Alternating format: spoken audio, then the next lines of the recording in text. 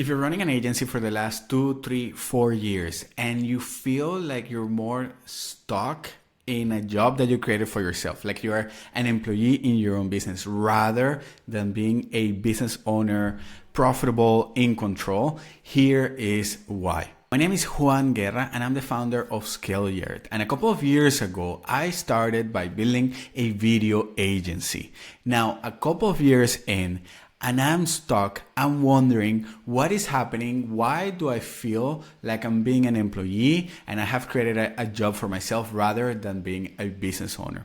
And the reality is that us as experts that we start a business, if we don't realize this exact thing that I'm going to share with you, it is possible that you spend the next 20 years there thinking that you're growing and building a business, when in reality, you're going to find out that you never really own an asset. And here is why. Because unless we take action and completely shift the way things are designed and built within our agency, there is no way to transition into actually becoming a business owner. And it all has to do with this simple quadrant. I came across the cash flow quadrant from Rich Dad, Poor Dad from Robert Kiyosaki. And what he explains in there is that there are four main ways of earning and making money. And the first thing is that you are an employee and you're working somewhere, you have a job. And I think that this is all something that we are very clear. But the next two steps, it's where actually it gets a little bit confusing. Because the next way is that we become self-employed. So basically we own a job. These are people like doctors, lawyers, people who are working by themselves, they have expertise, and they are solving problems for clients. Now, the difference between the self-employed and the business owner is that the business owner owns a system that delivers value without depending on them. And lastly, we have the investor, which owns businesses and has money work for them. Now, the challenge here is that when we become experts and we see an opportunity in the market to turn our expertise into a business, we jump in, we quit our job, we start selling, and now we actually become self-employed. We are by ourselves and we're trying to build a business, but here's the key thing. If we are trying to build a system that can deliver value without depending on us, we'll eventually build a business. Now, if we are doing this because we love working directly with the client and therefore everything is designed around us, we will stay as a job owner. And it all depends on what's your vision and what exactly is the thing that you're trying to build. If you want to build a business, you need to take action and change the way things are. If you plan to be a dentist, a doctor, a graphic designer, a website builder for the next 20 years, if you want to be a videographer and you want to keep working with the video elements and filming and editing, then that's it. You don't need to change anything. The challenge is when you think that you want to build a business or you think you're building a business and you really are not. Because the moment you decided to start a business around your expertise, that's the moment that you decided to go from doing that craft, being a technician, and working on the project, to actually building a business, a set of systems that are designed to deliver the value and deliver the service and solve the problem without depending on you. And so how do we actually go from being self-employed to business owner is that we need to remove ourselves. We need to transition out of client fulfillment. As long as you're part of the service delivery, as long as you're fulfilling clients, you will be self-employed and you will be stuck and you will struggle to grow and scale.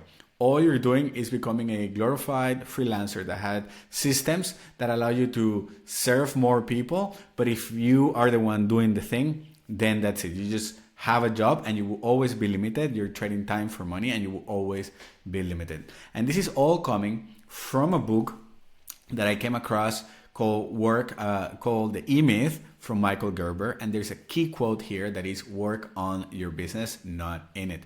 If you're in business for a while, you probably have already heard about this.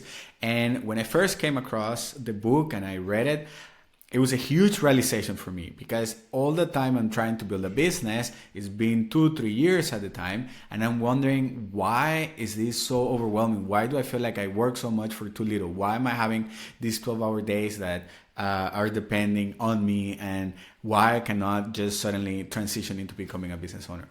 It's not something that happens naturally. We need to become aware that we need to remove ourselves from delivery and from client fulfillment so that we can start taking action and seeing things from building a system. And what the work on your business thing is that it's not about building SOPs, it's not about hiring people, it's not about getting virtual assistants, it's not about just finding somebody and delegating stuff to them so that they do it and then we can do the thing that we love. You're a business owner. Your role is to have the vision and to firefight, to solve problems constantly, and that means you're constantly out of your comfort zone. Your focus, it's not on delivering the service. And here is my big takeaway from that book, and that is that understanding our role as an entrepreneur, as the founder, we need to become aware that the moment we decided to start a business, we actually need to take 2-3 steps back. And our product now, it's not the service that the business delivers, and our customer is not the client that buys that service. As the owner, as the business owner, as the founder, we are building an asset. And that means everything that happens in that business, that will lead all those systems, the combination of those systems become the business, and that is our asset. That's what we're building. And our real customer would be another company that may buy our company. Whether you want to sell, maybe you don't want to sell. Many people tell me, no, I don't want to sell my business. But what you want is, regardless of that, is that you have the systems in place in order for that business to deliver without you. And once I understood that from the book, I became obsessed with finding a way out of transition out of client fulfillment, to the point where I burn out. I thought that there wouldn't be a way in an agency model in the service business because everything is designed around me. And I actually spent 6 months in e-commerce trying it out until I decided to come back and work on a strategy that allowed me to eventually remove myself from client fulfillment, stop trading time for money, and the business scale from there. And so what do we need to do is, first is becoming aware of who our customer is and really understanding our role. Our asset is the business and our client is the company that may buy it one day. And this is an example from the book, just like Ray Kroc, the person that bought McDonald's and scaled it, he wasn't making burgers at the restaurant. He was building the franchise, he was building the systems, and then other people were buying that business. And so take a step back. That is the asset. And unfortunately, if you don't like it and you just want to build websites or you just want to work directly with the end customer, maybe the best for you is to just take a job where you get to do just that, and that way you can earn way more rather than taking all the elements of a business just so that you can do that one thing, because you're the one who needs to be selling, you're the one who needs to figure out the bookkeeping and invoicing and doing marketing, and that is a challenge. And so if you want to build a business, the next step is take a step back, look at the business as a whole, and start identifying. There are 3 core areas: marketing, sales, and fulfillment. And around that, you can start systemizing processes. Now, this will only take place once you start simplifying and, more importantly, specializing. The reason why I struggled so much to scale my business and to make that transition was that I had way too much complexity. If you want to better understand your situation, we have created the Scaling Score assessment. All you gotta do is click the link below, go there on that page, answer a couple of simple yes and no questions, and this would allow you to benchmark yourself and gain insights into your situation so that you know exactly what you need to be doing in order to be able to scale your agency. Thank you so much for making it this far. My name is Juan Guerra, and if you enjoy this topic and this video, go ahead, click like, subscribe, and let me know in the comment section if you're feeling stuck and if you are trying to transition out of client fulfillment. All right, that's it from my side. See you in the next video.